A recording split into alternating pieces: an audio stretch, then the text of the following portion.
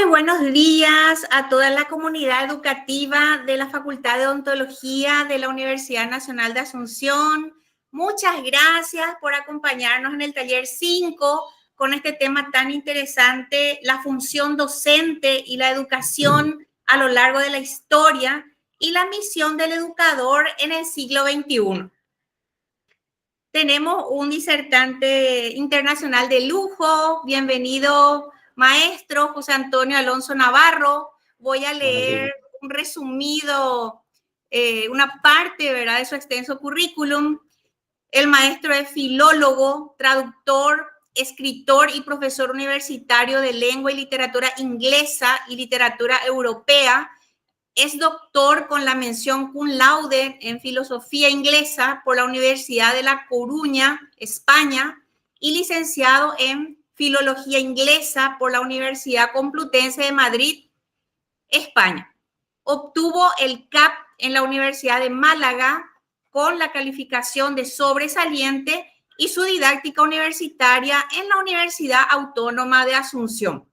Actualmente es profesor de Filología de la Lengua Inglesa en el Instituto Superior de Lenguas de la Universidad Nacional de Asunción, profesor titular de Humanidades en la carrera de Periodismo de la Facultad de Educación y Ciencias Humanas de la Universidad del Norte y colaborador en varias universidades europeas. Es autor de textos, traducciones medievales, además de investigaciones publicadas como artículos científicos. Muy buen día, maestro. El auditorio es tuyo y un placer tenerte de vuelta con nosotros. Muchas gracias, doctora. El placer realmente es mío. Muchas gracias por la invitación. Gracias por la deferencia, la generosidad. Muchas gracias también a todos los participantes. Vamos a tratar de que esta charla sea pues amena, distendida. Una charla que seguramente vamos a sentir todos con el corazón, fundamentalmente como buenos científicos o humanistas que somos, porque nos compete a todos, que es la educación realmente, ¿no? Esta humildísima charla mía, lo digo de verdad, humilde charla, tiene como título, lo ha dicho muy bien la doctora María Cristina, la función docente y la educación a lo largo de la historia. Y también os voy a dar un poquito mi juicio, mi humilde opinión sobre lo que debe ser la misión, el papel del educador en el siglo XXI. Un siglo muy complejo, muy vertiginoso, con muchos cambios. Bueno, vamos a comenzar haciendo un recorrido histórico que sea muy agradable y muy fructífero también. Y voy a partir, si me lo permitís, queridos amigos, queridas amigas, compañeros y compañeras, por la antigua Sumeria. La antigua Sumeria oficialmente tiene unos 5.000 años o más o menos. Empezamos a hablar de Sumeria alrededor del año 3000 antes de Cristo. El maestro, el docente, el profesor, era conocido, y esto es tan significativo, tan sintomatológico, era conocido como el padre de la escuela, y también se le conocía como el dueño de la tablilla de escritura. Eso nos hace pensar en la importancia, en la preeminencia que tenía el maestro por aquel entonces. El maestro sumerio tenía un papel importantísimo en la formación, sobre todo de los futuros escribas. Estos escribas, que eran jóvenes, procedían, y también es muy sintomático, procedían de familias acomodadas, de familias adineradas, de familias procedentes de las clases altas. Y el ser escriba en la antigua Sumeria era una profesión muy prestigiosa. ¿Por qué? Porque los escribas constituían una parte importantísima de la sociedad y también en relación con el Estado. Los escribas estaban vinculados a tareas relacionadas con la administración estatal. Los escribas se encargaban de escribir las leyes. Las leyes eran muy importantes para regular el buen funcionamiento del Estado. Todas las grandes civilizaciones, las más avanzadas, se caracterizaban fundamentalmente porque tenían un complejísimo sistema de leyes. Los escribas, además, tenían esa función tan importante que era preservar y conservar el conocimiento. A lo largo de la historia hemos visto cómo muchos estamentos se han, de alguna manera, arrogado la función de preservar el conocimiento, de ser depositaria de lo que es información muy útil y provechosa para la sociedad. Hemos inventado muy poco, realmente. Los hombres y las mujeres del siglo XX, del siglo XXI, hemos inventado, como vais a ver, muy pocas cosas, y el hecho de ser preservadores, conservadores, depositarios de la verdad, del conocimiento, era algo que ya se hacía en las civilizaciones más antiguas que el hombre y la mujer conozcan.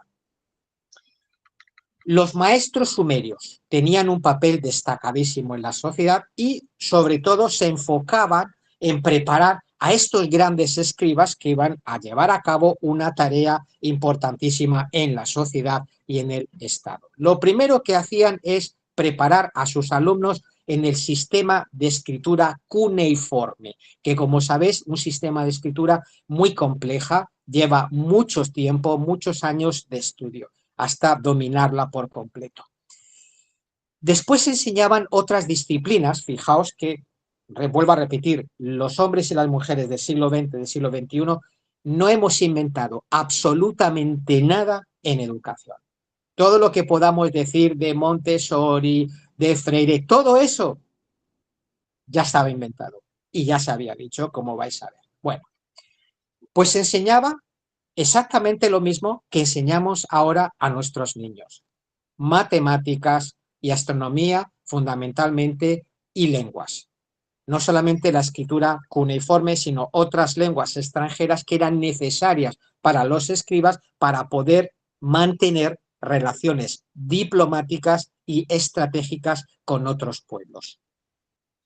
Entre las funciones del maestro sumerio estaban fundamentalmente la de enseñar a los jóvenes a leer, a escribir y este sistema de escritura cuneiforme. Además, la idea era formar escribas competentes que fueran capaces de llevar a cabo con suma habilidad y destreza todas esas tareas administrativas para el Estado, que incluían registrar eventos históricos, redactar leyes, hacer una contabilidad del Estado, de las cosechas, llevar la contabilidad de los impuestos. Muchísimas cosas tenían que hacer los escribas y tenían que hacerlo sobre todo de una manera muy organizada y muy metódica.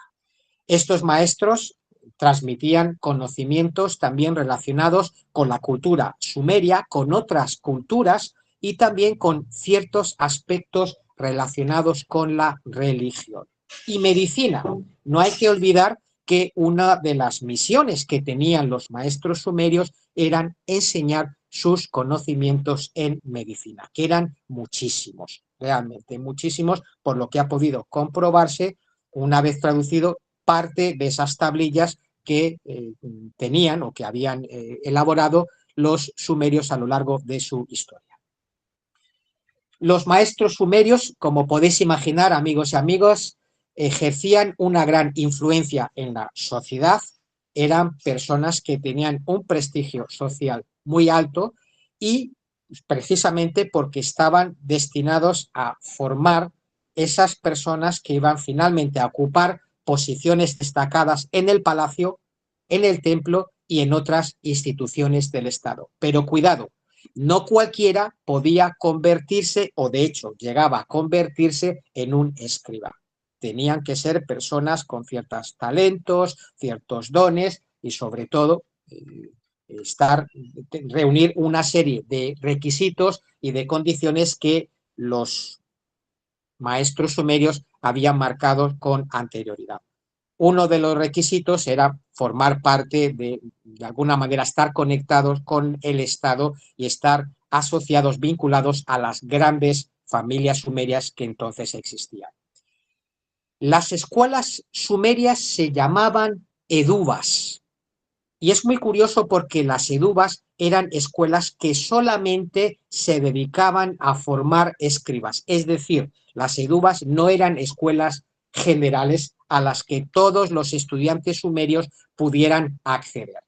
Es muy probable que existieran otras escuelas, pero en las seduvas solamente se formaban escribas. Repito, para las familias que eran adineradas, muy poderosas o que finalmente procedían de las clases altas.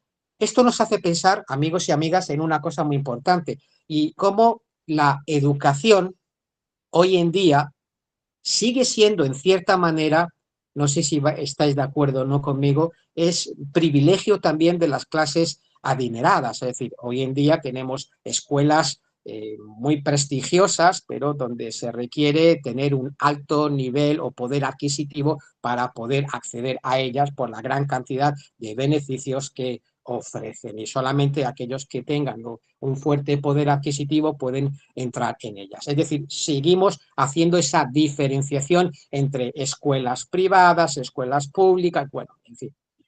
Yo creo que existen centros especialmente destinados a las clases altas. Esto ocurría ya en la antigua Sumeria. Bien, muy bien.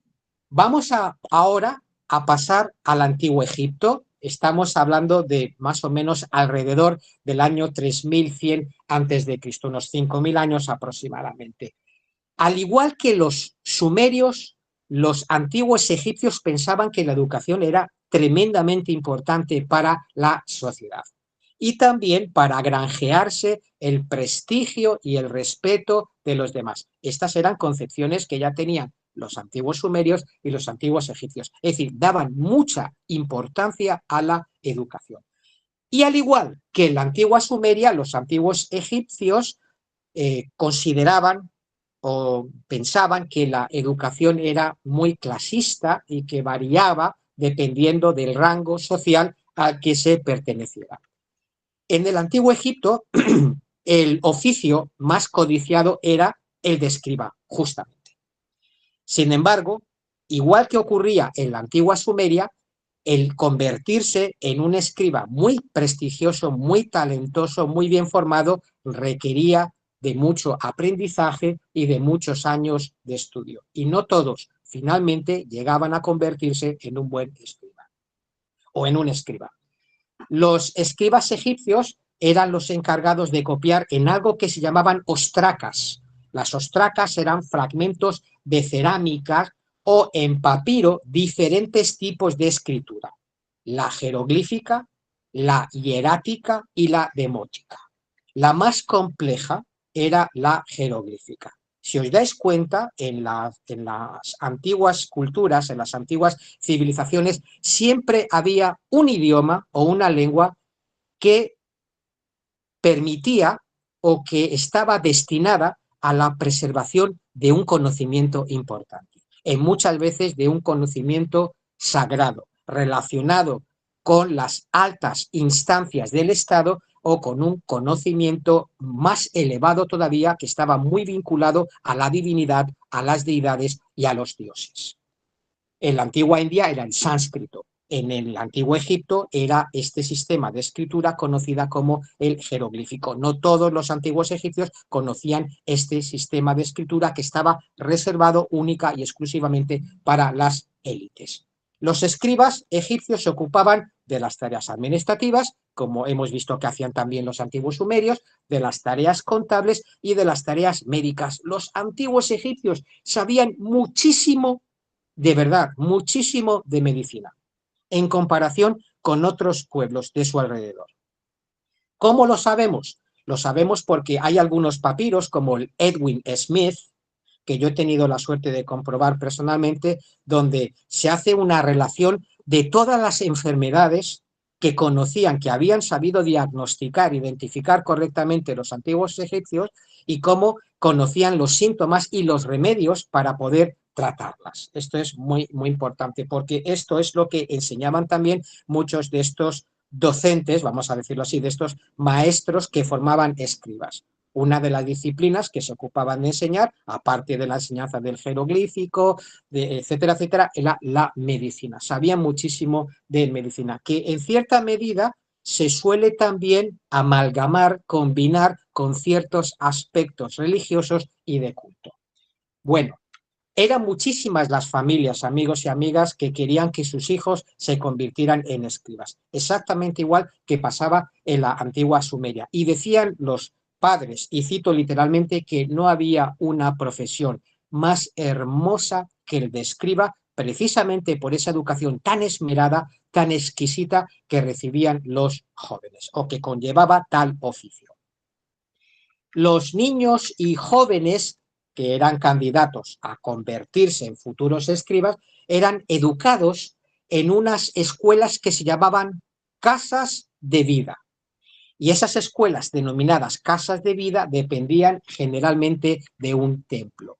Los escogidos, los afortunados para convertirse en escribas, pues estudiaban desde los 5 añitos hasta más o menos los 17 años y se formaban en todo lo que sabían los egipcios entonces y sus maestros egipcios, que eran gramática, escritura hierática, demótica y jeroglífica, historia, geografía, medicina, religión y otras lenguas extranjeras.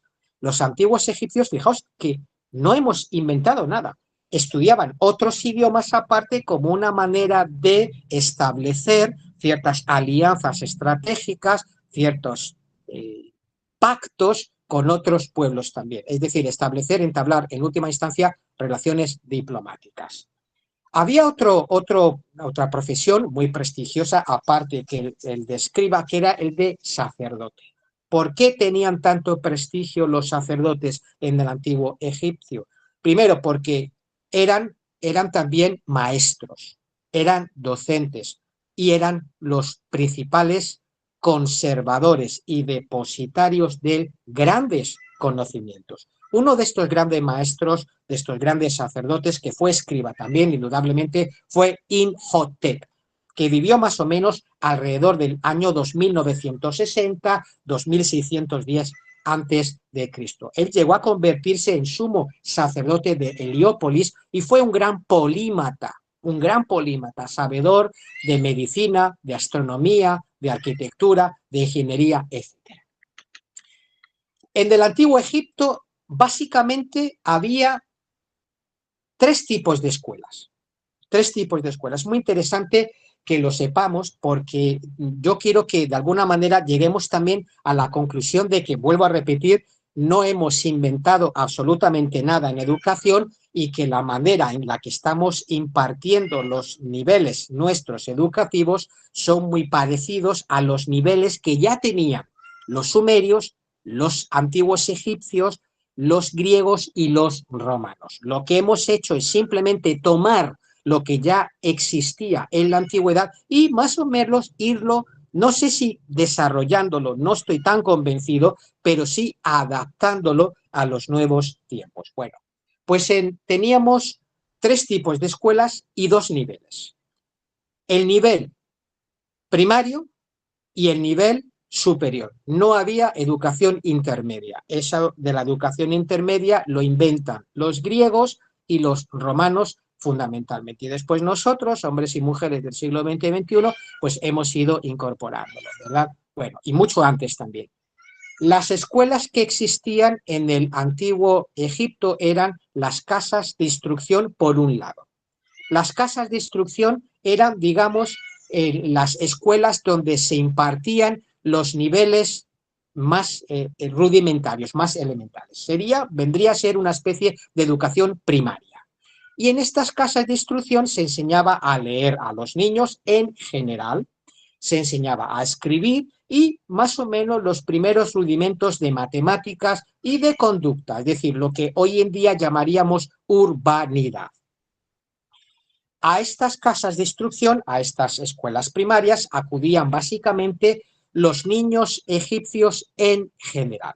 Y ahora viene una educación más elitista, más orientada pues, a los hijos del entorno real, a los hijos de los sacerdotes, a los hijos de los grandes escribas, etcétera, que son las casas de vida por un lado y las escuelas de escribas por otro.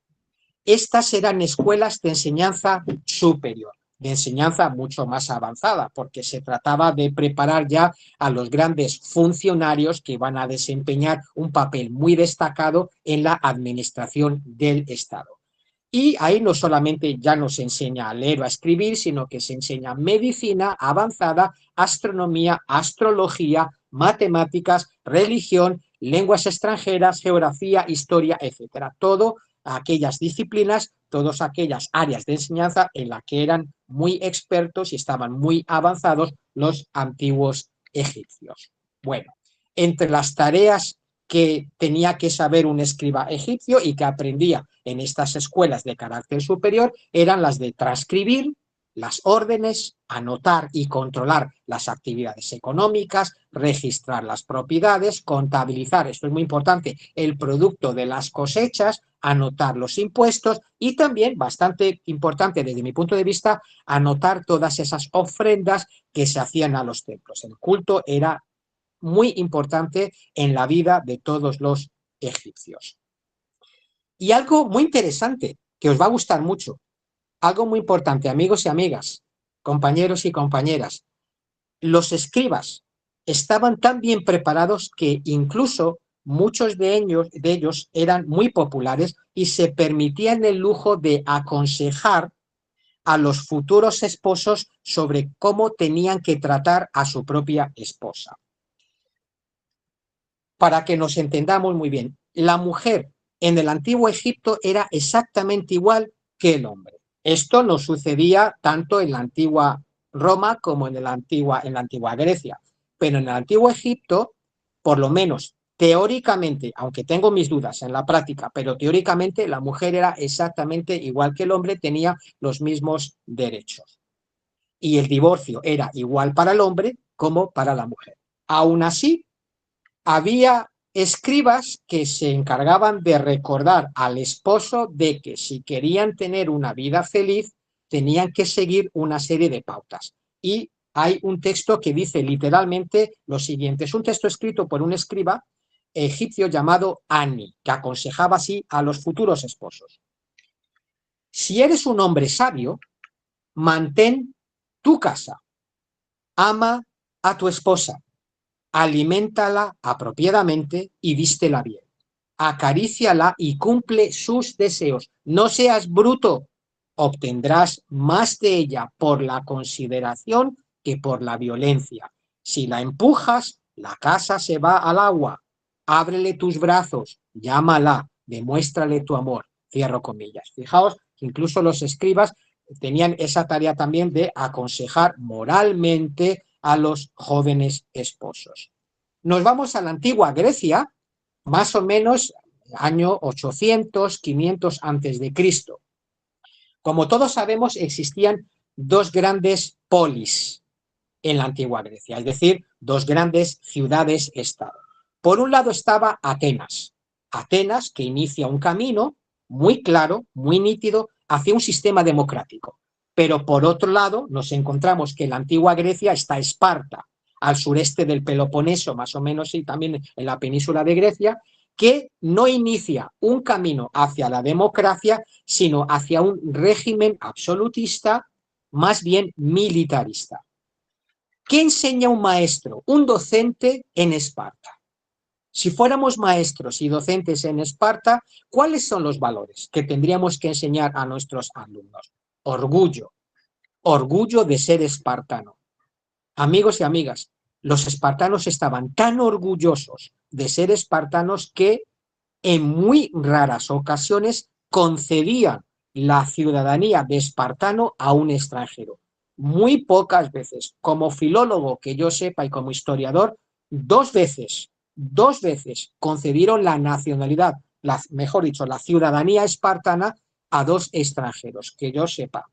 Estaban muy orgullosos, pero orgullosísimos de ser espartano. El honor, la lealtad, la austeridad. Los ciudadanos espartanos enseñaban, los docentes espartanos enseñaban el valor de la sobriedad, de la sencillez y de la austeridad, ser parco en costumbres. El espíritu de conquista, eso es lo que había en esa época, la conquista. El espíritu guerrero, el espíritu militar eran valores que eran muy apreciados en la cultura espartana y que los docentes espartanos se encargaban de inculcar y de enseñar a sus alumnos. La resistencia al dolor, esto es algo increíble. no ha habido en la historia una civilización, un pueblo, más resistentes al dolor físico y seguramente mental que los espartanos. La disciplina, la obediencia y el sentido comunitario. No podéis ni imaginar, amigos y amigas, cómo el valor de la comunidad estaba muy por encima del propio individuo.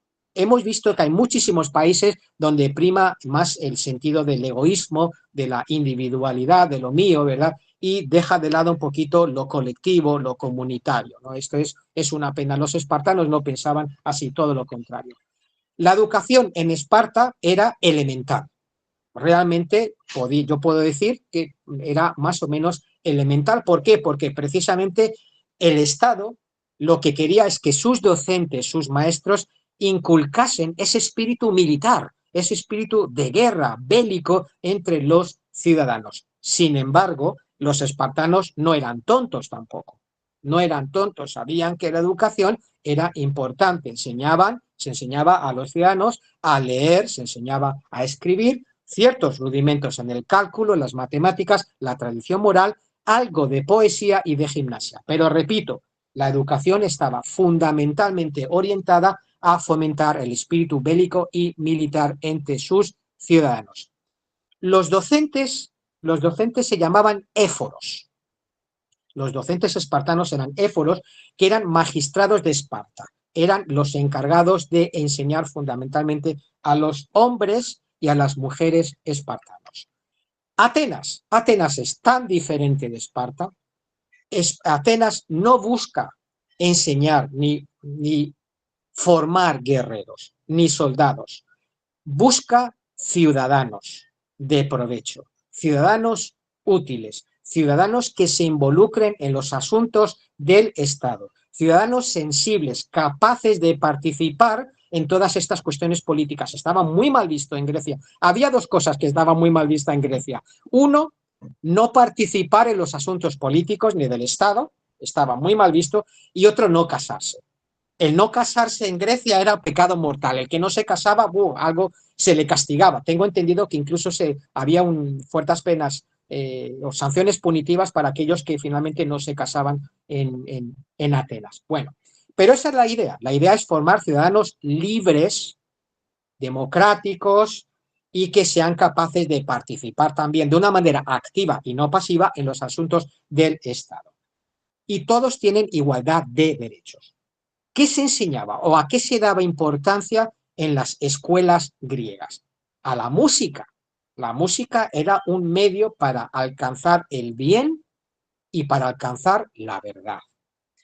La poesía era muy valorada en Grecia, el canto coral era muy apreciado en Grecia, la gimnasia, ¿sabéis? La gimnasia era muy valorada, los deportes en general era algo muy apreciado en Atenas, especialmente la escritura y la retórica. ¿Cómo vas a participar en los asuntos del Estado si no manejas el arte del buen hablar y del buen escribir, el arte de persuadir, de la elocuencia, de la palabra, de poder convencer? Para ello, los atenienses daban mucha importancia a la retórica y los maestros atenienses enseñaban retórica. Fijaos, vamos a una cosa muy interesante. En la Grecia del siglo IV a.C., más o menos, las escuelas tenían 3 niveles. Igualito que ahora, repito, no hemos inventado nada. Nivel elemental. En el nivel elemental se enseñaba a leer y a escribir. Y había incluso un maestro especializado que se llamaba el citarista, que enseñaba música, imaginaos. Hoy en día se les da a los niños pequeños una flauta. Bueno, eso ya lo hacían los griegos. Ya lo hacían los griegos, enseñaban la música porque la música era importante para fomentar esa sensibilidad, el espíritu del hombre, de la mujer.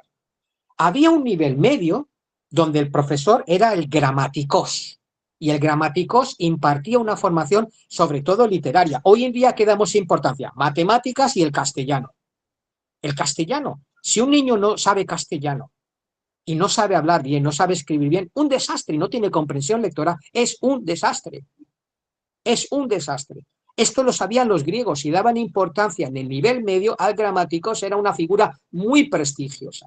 pero además de eso se enseñaban lenguas, otras lenguas. Hoy en día enseñamos inglés, alemán, chino, etcétera. Pues los griegos también enseñaban lenguas extranjeras, porque era importante para poder tener una mentalidad aperturista hacia el mundo. Eso tampoco lo hemos inventado ahora. Eso de la globalidad, de la multiculturalidad, eso ya lo inventaron los griegos, los sumerios, los romanos.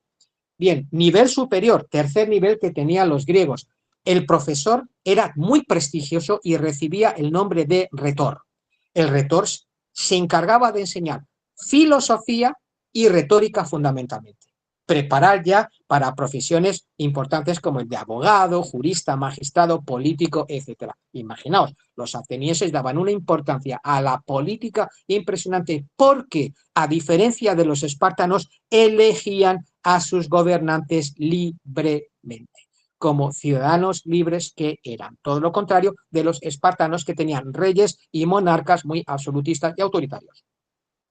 Vamos a la antigua Roma. Y es que nuestra civilización, la nuestra, la occidental, es romana. El concepto de familia que tenemos hoy en día, del pater familia, del cabeza de familia, es romano. El derecho que estamos manejando actualmente es derecho romano. Y la educación que estamos impartiendo a nuestros hijos viene de la antigua Roma, que a su vez los romanos, lógicamente, toman la educación también, la base de la educación la toman de los antiguos griegos, indudablemente, pero después van desarrollando, van perfeccionando y van adaptándola a la mentalidad romana, que es muy práctica. ¿Por qué digo que los romanos son muy prácticos? Porque a los romanos, a los antiguos romanos, no les interesa tanto la filosofía. Les interesan tres cosas, y esto y es muy importante porque la educación se inclina, el docente se inclina hacia esas tres cosas. Uno, la milicia, la guerra. El antiguo romano es conquistador. Es conquistador. Por lo tanto, necesita un ejército bien preparado. Realmente uno de los mayores imperios que ha tenido la historia ha sido el Imperio Romano, que nos conquistó a todos. Prácticamente, a todos. Para eso se necesita un ejército no solamente bien pertrechado, sino sobre todo muy bien preparado en estrategia militar. Y los romanos eran los mejores guerreros que había en su época. Los mejores. Segundo, el derecho.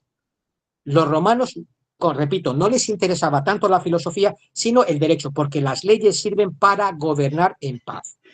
El romano, el antiguo romano, tiene un espíritu guerrero, pero tiene un espíritu pacífico también, de gobernar los territorios conquistados y gobernarlos en orden y con paz, la famosa pax romana, la paz romana.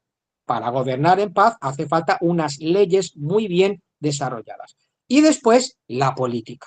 La política es muy importante también para los ciudadanos de la antigua Roma, para los antiguos romanos. Y esto se traduce también en el tipo de enseñanza que los docentes van a impartir en la antigua Roma. Como en Grecia, la educación consta de tres niveles. Elemental, de 6 añitos a 12 años. Fijaos, en España, por ejemplo, os puedo hablar por experiencia, la educación primaria empezaba a los 6 años, igual que en la antigua Roma, y esta abarcaba hasta los 12 años. ¿Quiénes eran los maestros? ¿O quién era el maestro, el docente que se encargaba de este tipo de educación elemental en la antigua Roma, de la que tanto hemos heredado en la actualidad? El primus magister, que también se llamaba el ludi magister, porque era el maestro de los juegos. Cuando hoy en día empezamos a analizar como corriente la gamificación, hay que reírse. Gamificación, el juego, motivar con el juego, pero si eso ya lo inventaron los griegos. El juego en educación ya lo inventaron y lo desarrollaron magistralmente los romanos. De hecho, el primer maestro en esta educación elemental es el maestro que se dedica a enseñar a través de los juegos, jugando como un factor de motivación importante dentro del proceso de enseñanza-aprendizaje. Y con el juego, el maestro, el ludimagister, el literator o el ludus principales se dedica a enseñar matemáticas, se dedica a enseñar a leer y a escribir con los juegos. Eso es muy importante. Después, la educación media, desde los 12 hasta los 16 años aproximadamente. Si la figura del profesor de este nivel elemental en Grecia era el gramaticos, en la antigua Roma se llama ludi grammaticus o también se llama literatus. ¿Por qué? Porque en esta segunda etapa, en esta etapa intermedia, se enseña algo muy importante que es interpretar textos clásicos. Y los romanos son tipos muy listos, son muy inteligentes. No solamente interpretamos los textos, sino que a través de los textos clásicos estamos aprendiendo otras disciplinas. Geografía, historia, religión, etc. Y después tenemos otro nivel en la antigua Roma, que es el que tiene un carácter superior, que va desde los 16 hasta los 20 años aproximadamente. La figura del maestro también cobra mucha relevancia, mucha importancia en la sociedad y se le llama ludus rhetoricae o también ludi rhetor. Y se encarga sobre todo de enseñar retórica, filosofía y derecho. En última instancia, este es un nivel al que acceden muy pocas personas, generalmente los hijos de los patricios, los hijos de las clases altas de la sociedad, porque estos hijos de los patricios se van a dedicar ¿a qué? A convertirse en los futuros líderes, no solamente de la antigua Roma, sino del mundo entero. Van a ser los grandes profesores, los grandes maestros de retórica, los grandes políticos, los grandes militares de la época. Ahora nos vamos a la Edad Media. Edad Media, siglo V después de Cristo, oficialmente hasta finales del siglo XV. Hay algo muy importante, amigos y amigas. En la Edad Media, la mayor parte de la población es tristemente analfabeta. La mayor parte de las personas en la Edad Media, en la Europa occidental, no sabe leer y no sabe escribir. Toda la educación, el conocimiento, lo tiene la Iglesia y las instituciones vinculadas a la Iglesia. Quienes tenían una amplia formación humanística, quienes sabían leer, quienes sabían escribir, eran fundamentalmente monjes, frailes, clérigos, sacerdotes y otros religiosos. De todas formas, aparte de los monasterios, que es donde se enseñaba a leer y a escribir de manera general y donde eran centros que eran depositarios de todo el conocimiento medieval, existen otras escuelas también. Hay otras escuelas, no solamente los monasterios. Aparte de los monasterios o escuelas monásticas, existen las escuelas catedralicias, que tienen un papel muy importante porque a partir de las escuelas catedralicias surgen las primeras universidades medievales. Una de las más antiguas, Bolonia, finales del siglo XI, principios del siglo XII. En las escuelas catedralicias, que dependen de la Iglesia, van los niños, los jóvenes o simplemente la gente que no sabe leer ni escribir a aprender a leer y a escribir. Están las escuelas parroquiales, las parroquias, donde también son centros muy vinculados, muy ligados a la Iglesia, donde la gente aprende a leer, a escribir las primeras letras, los primeros rudimentos matemáticos, etc. Tenemos otras escuelas en la Edad Media que se llaman palatinas o palaciegas, pero estas escuelas no están destinadas a cualquiera. Están destinadas fundamentalmente a los hijos de las élites, a los hijos de los funcionarios. Es decir, en estas escuelas se preparan a los futuros funcionarios del Estado, que suelen ser hijos de nobles, hijos de caballeros, etc. Están las escuelas municipales, muy interesantes en la Edad Media, que preparan a los hijos de comerciantes y a los hijos de los mercaderes. Y los gremios tan importantes que están destinados a la formación de los hijos de los artesanos. Entonces, en la Edad Media hay muchos centros donde uno puede aprender a leer, a escribir y o una profesión determinada. Depende, por ejemplo, del estamento social, de la clase social de cada uno. Repito, las escuelas catedralicias son muy importantes porque de estas salen los Studia Generalia, que son centros universitarios que acabarán convirtiéndose en la Edad Media finalmente en las universidades. Muy bien. En las universidades, ¿qué enseñan los maestros? Enseñan el trivium, como sabéis muy bien, y el quadrivium. Trivium en latín significa 3 vías, quadrivium significa 4 vías. En el trivium, en la universidad, se enseña algo pues, que en ese momento se considera muy importante: la gramática, la retórica y la dialéctica. Y también se enseña el quadrivium, estas 4 materias importantísimas también en la Edad Media que se enseñan en las escuelas y también se desarrollan y se perfeccionan en las universidades. La astronomía, la música, la aritmética y la geometría. Después, lógicamente, a medida que vayan expandiéndose, desarrollándose las universidades, se van a incorporar materias como el derecho, la teología, la medicina, etc. Bueno, y nos vamos a un siglo importantísimo para los docentes. Importantísimo, porque los docentes modernos, los maestros modernos, de verdad, hemos aprendido tanto de los maestros del siglo XVI, muchísimo. Vais a ver que no hemos inventado absolutamente nada en educación. ¿Cómo era la educación en el siglo XVI? Era humanista. Ojalá que no perdamos eso nunca con las nuevas tecnologías, con la inteligencia artificial, con las TIC. Ojalá que no perdamos nunca el fin principal de la educación, que es formar humanistas, porque somos seres humanos.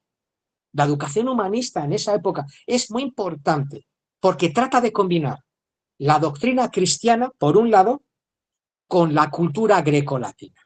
El mundo grecolatino en el siglo XVI, al igual que la Edad Media, ¿verdad?, era muy importante. ¿Quiénes eran los grandes referentes culturales de la Edad Media? Grecia y Roma. Y los grandes referentes culturales en la Europa occidental del siglo XVI, Grecia y Roma. Hasta hoy en día, Grecia y Roma han sido los grandes en el mundo, en general occidental, los grandes referentes culturales. En mi época, y creo que también sucedía en Paraguay, se enseñaba obligatoriamente latín y griego. Imaginaos, a mí me obligaron, y estoy muy contento por ello, a estudiar latín y griego clásico, hasta que llegaron estos políticos burros, burrísimos, que no se preocupan para nada de la educación en general, mejorando lo presente, y empezaron a suprimir de los programas de estudio el latín, el griego clásico, la filosofía en muchos casos, la ética, la filosofía, la literatura. Empezaron a modificar los textos que había que leer en literatura, proponiendo otros textos que, bueno, desde mi punto de vista, quizás eran menos provechosos y útiles que los anteriores. Pero bueno, en fin, empezaron a suprimirse todas estas dos lenguas que implicaban algo muy importante. No solamente el conocimiento de una morfología, de una sintaxis, sino privaban, al no estudiar latín y griego, se privaba o se privó al alumno de acceder a dos cosmovisiones, a dos interpretaciones del mundo, Roma y Grecia, con todos los valores que tenían esas dos grandes civilizaciones. Bueno, pues en el siglo XVI el latín y el griego es muy importante para acceder al pensamiento de los grandes filósofos griegos y latinos, de Virgilio, de Séneca, por ejemplo, de Catulo, un gran poeta, de Aristóteles, Platón, Sócrates, Parménides, todos estos grandes pensadores. El aprender sus lenguas era una manera de acceder a sus ideas y a su pensamiento. Entonces, ¿cuál es la función del maestro, del maravilloso maestro en el siglo XVI?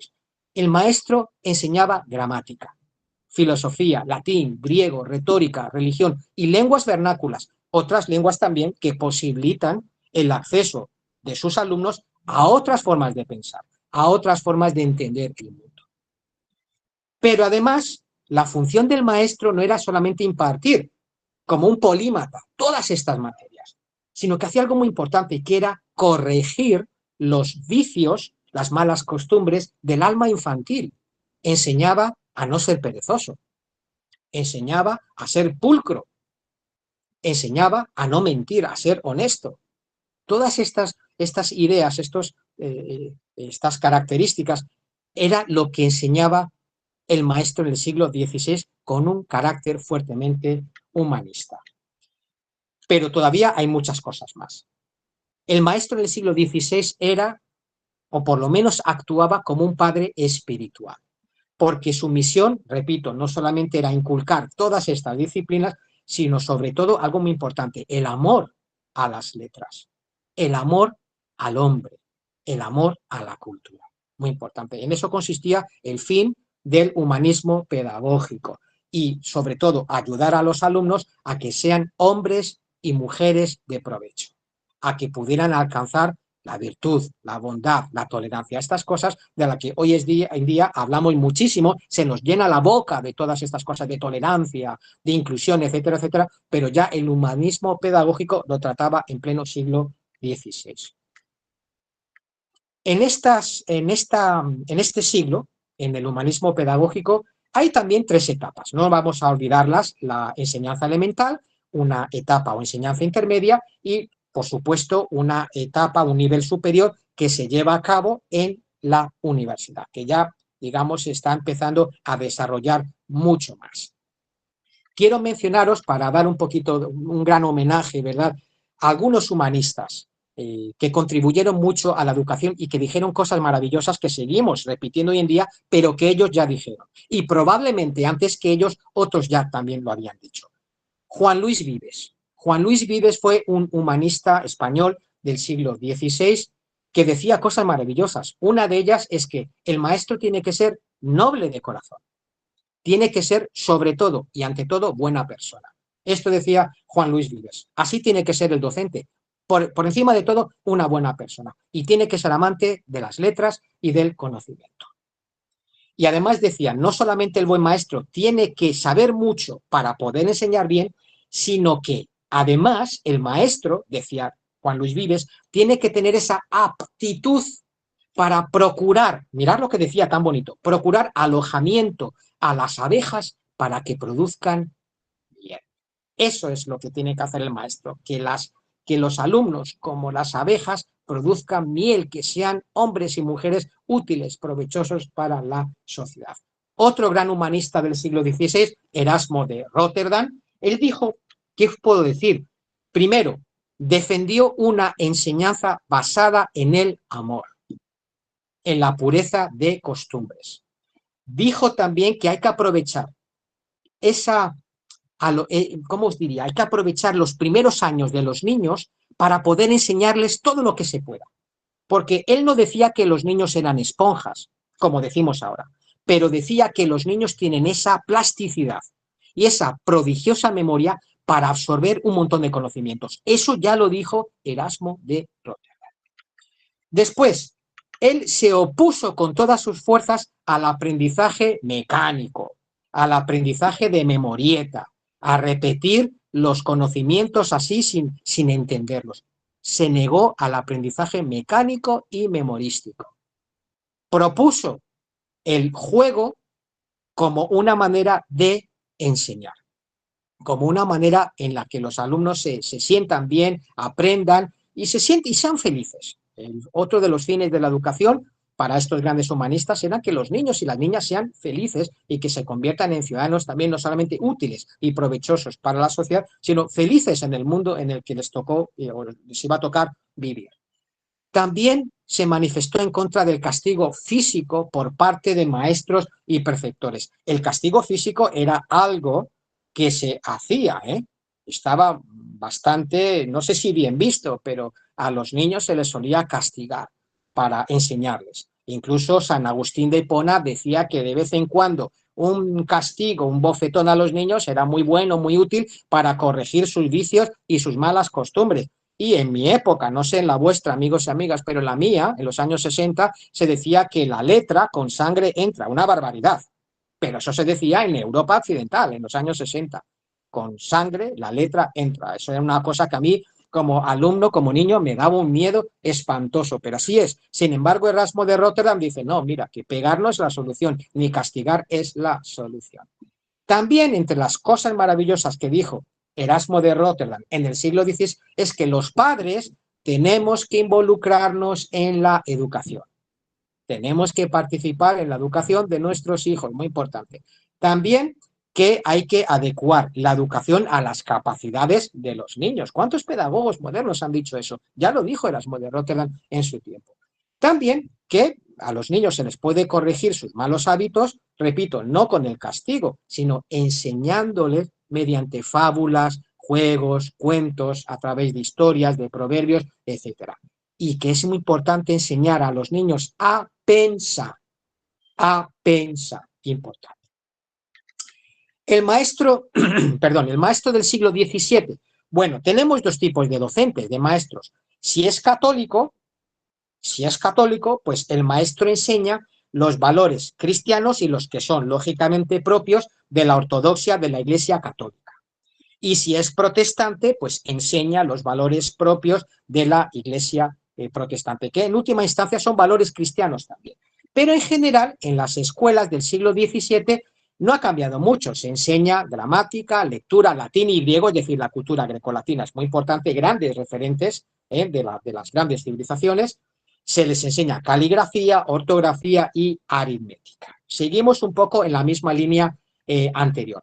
En el siglo XVIII notamos ciertos cambios, porque los maestros no se dedican a enseñar tanto, digamos, humanidades, sino que el maestro en el siglo XVIII se va enfocando hacia una educación mucho más laica, menos religiosa, en general estamos en el siglo de las luces, se enfoca a un tipo de educación más racionalista, más basado en la razón, se enfoca a un tipo de educación más universal, con un carácter mucho más aperturista, y sobre todo se inclina hacia las ciencias, sobre todo las ciencias naturales, las ciencias sociales y las matemáticas. Es decir, a todo lo que sea más práctico y menos humanístico. Ahí se da ese punto de inflexión. De hecho, os voy a mencionar algunos pedagogos y políticos de la época del siglo XVIII, que es Nicolás de Condorcet, que él dice que él propone una cosa muy interesante, ¿verdad? En el siglo XVIII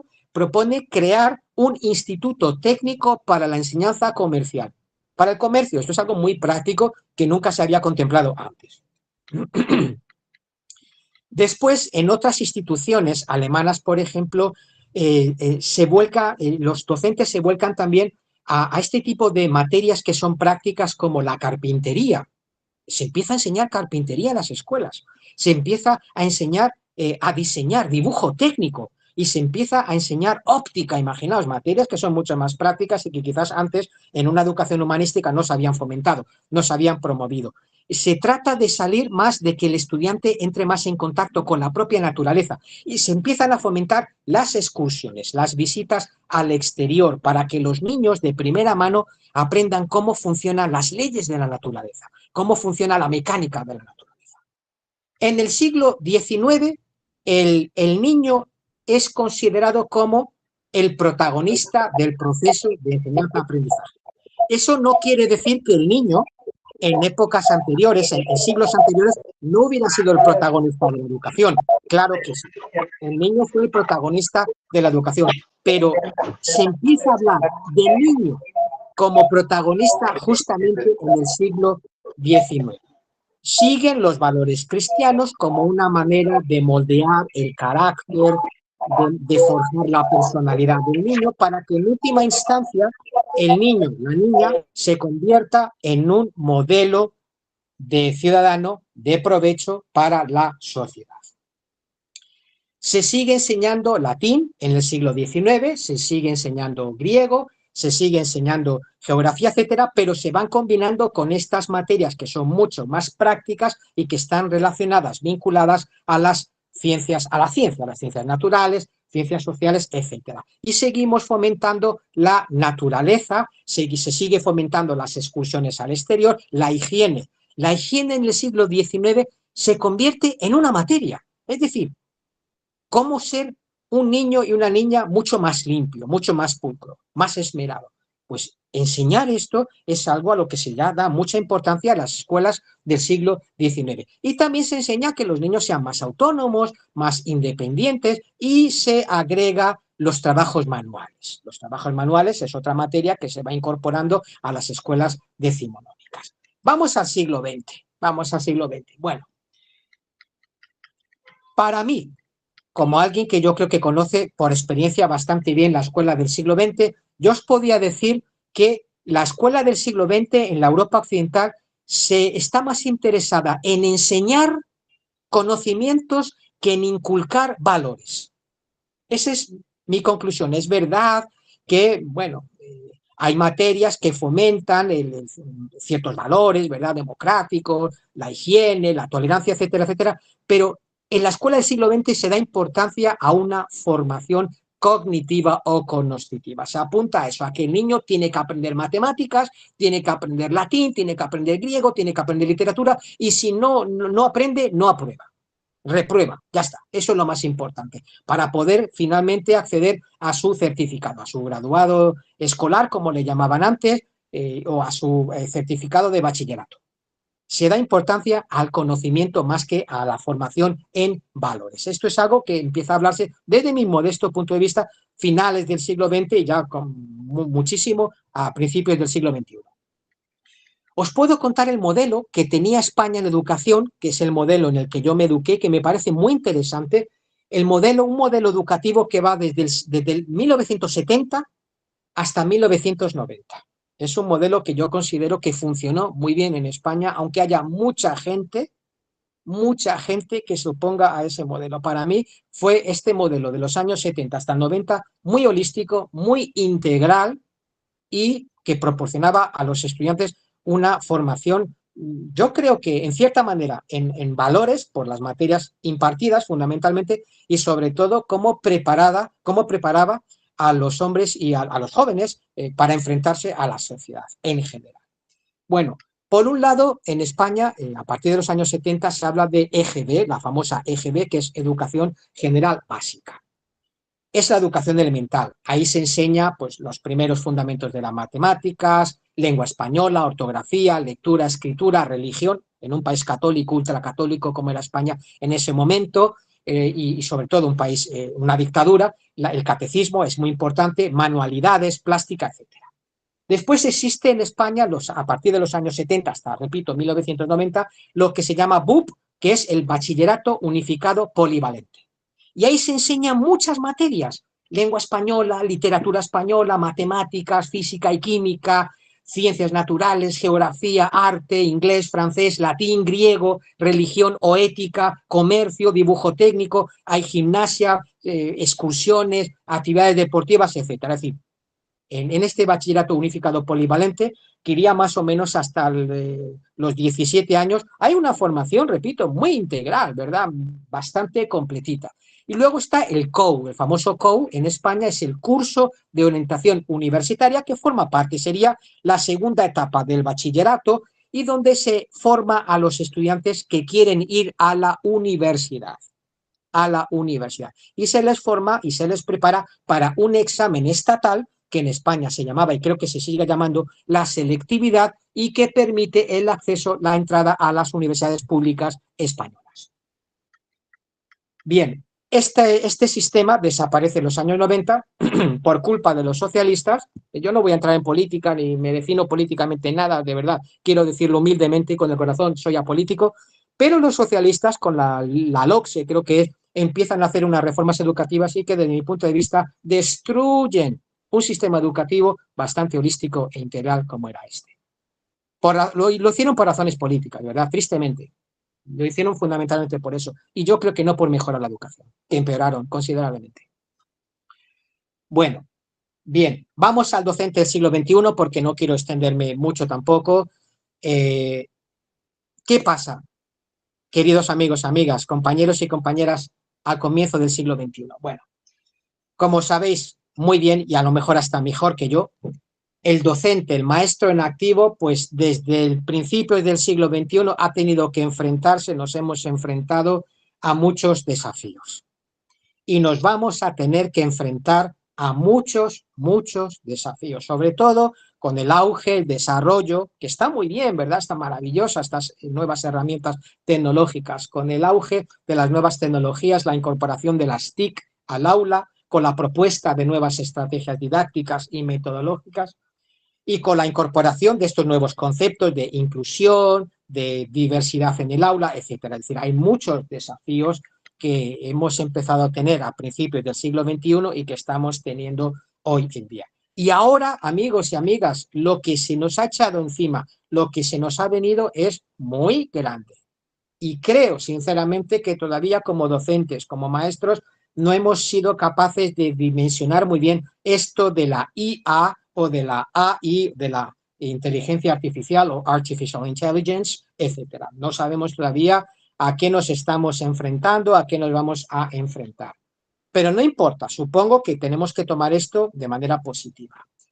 El caso es que yo creo que desde mi humilde experiencia y posicionamiento, creo que como docentes del siglo XXI tenemos que estar alertas, sobre todo alertas, tener los ojitos muy abiertos y estar dispuestos a cambiar, estar dispuestos sobre todo, y yo creo que es lo inteligente, Ahora, lo muy inteligente es adaptarnos, sin asustarnos ni ser dramáticos a los nuevos desafíos globales que se nos viene en muchas aristas, en muchos ámbitos, entre ellos la educación.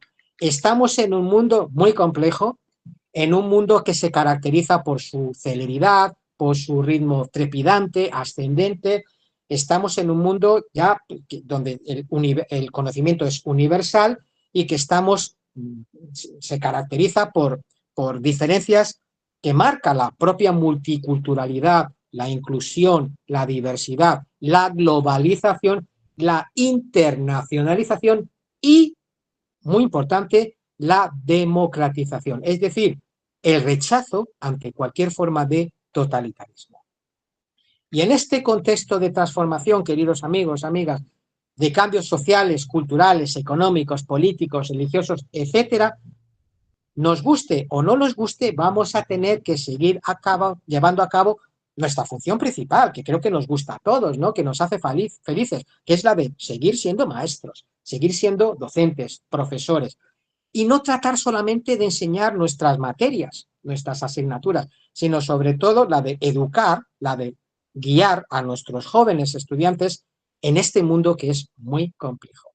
Educarlos ¿hacia dónde? Pues hacia el camino de la paz, me parece a mí, hacia el camino de la tolerancia, hacia el camino del respeto, el respeto a otras culturas, ayudarles a pensar de manera crítica, a reflexionar, a que sean respetuosos con el medio ambiente, que es importante, ser respetuosos con los animales, a inculcarles el valor de la otredad. El otro es importante, no solamente yo, el otro es importante, a empatizar con las otras personas, a evitar ese fanatismo nacionalista. El nacionalismo es malísimo, es horrible, a tener quizás una mentalidad mucho respetando nuestras costumbres, idiosincrasias, pero mirar hacia el exterior y respetar también lo que tienen que decir las otras culturas es importante. Yo creo que con esos valores, en definitiva, pues vamos a preparar a nuestros alumnos, creo que bastante bien, para una convivencia pacífica, ¿no? Para la sociedad, para el país, para el mundo entero, ¿por qué no?